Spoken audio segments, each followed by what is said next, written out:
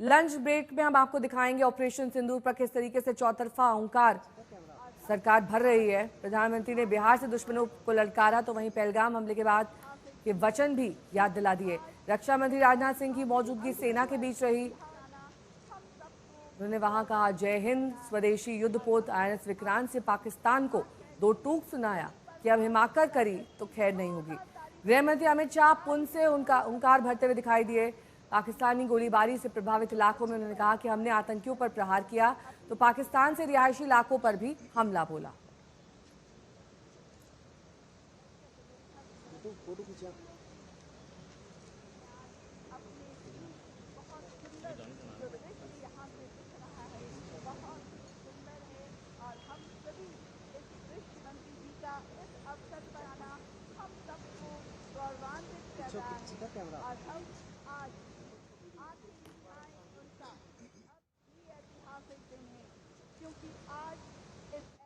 और सबसे पहले रुक करेंगे गृह मंत्री के मिशन कश्मीर का। ऑपरेशन सिंदूर के बाद पहली बार कश्मीर गए अमित शाह ने पहले पुंछ का रुख किया, जहां पाकिस्तान ने रिहायशी इलाकों पर गोलीबारी की, मंदिरों और गुरुद्वारों पर हमला किया। अमित शाह आज पाकिस्तानी गोलीबारी से पीड़ित लोगों से मुलाकात कर चुके हैं। गोलीबारी में क्षति पहुंचे मंदिर और गुरुद्वारों में भी गए।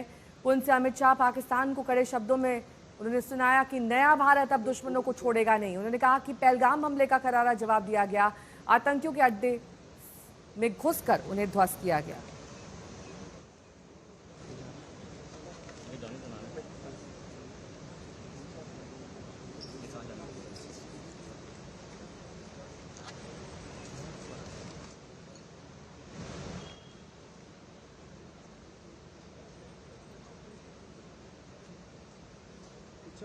कैमरा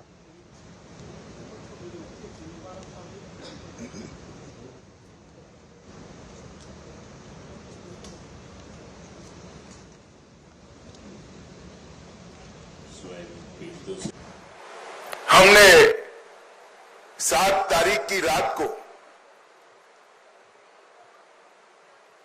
पाक ऑक्यूपाई कश्मीर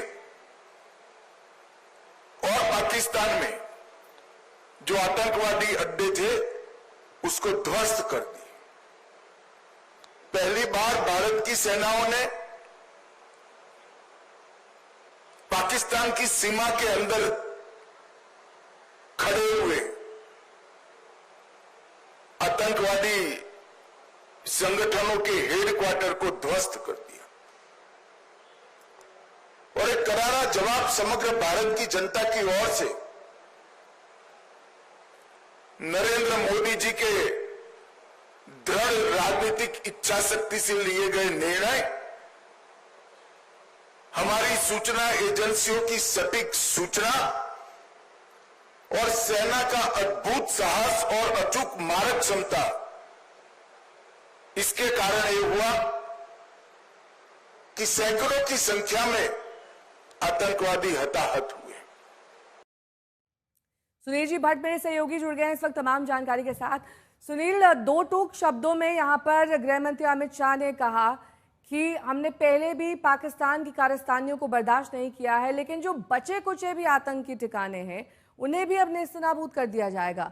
एक बहुत गहरे और बहुत ही ज्यादा जिसे कहते हैं अहम संकेत यहां पर गृह मंत्री देते हुए। जी बिल्कुल नेहा, गृह मंत्री अमित शाह ने कड़ा संदेश दिया है पाकिस्तान को कि अगर पाकिस्तान अपनी हरकतों से बाज नहीं आया तो पाकिस्तान को सबक सिखाया जाएगा। ऑपरेशन सिंदूर अभी भी जारी है। प्रधानमंत्री नरेंद्र मोदी ने भी यही कहा है कि ऑपरेशन सिंदूर अभी जारी है, केवल पॉज मोड में है इस समय, और जब भी लगेगा सरकार को तो पाकिस्तान को एक बार फिर से मुंहतोड़ जवाब दिया जाएगा।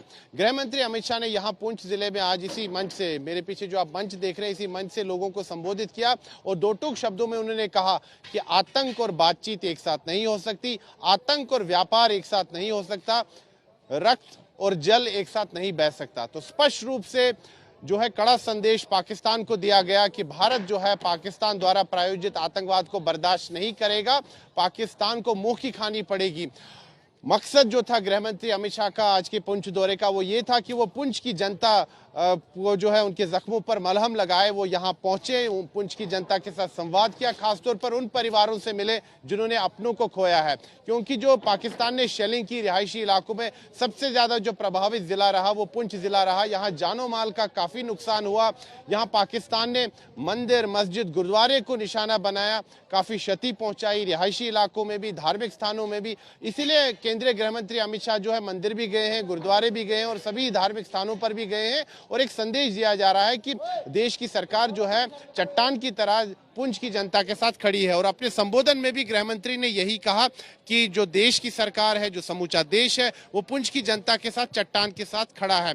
और जो खास तौर पर अगर मैं कहूँ नेहा, जो पुंछ जिला है यहाँ पर सभी समुदायों के लोग रहते हैं, हिंदू, मुस्लिम, ईसाई, सिख और सभी जो है भाईचारे के साथ रहते हैं। और अभी हाल ही में जब पाकिस्तान ने दुस्साहस किया, शेलिंग की, उस समय भी यहाँ पर देखा गया कि जो अलग अलग समुदाय के लोग थे एक दूसरे की मदद कर रहे थे और यहाँ भाईचारा कायम रहा। और स्पष्ट रूप से पुंछ जिले से एक कड़ा संदेश पाकिस्तान को मिला कि पाकिस्तान अपने जो नापाक मंसूबे हैं उनमें कभी भी सफल नहीं हो सकता है। यहाँ की जनता एकजुट है, समूचे देश की जनता एकजुट है, खासतौर पर पुंछ जिले की जनता एकजुट है। मैंने पीड़ित परिवारों के जो सदस्य हैं उनसे भी बात की।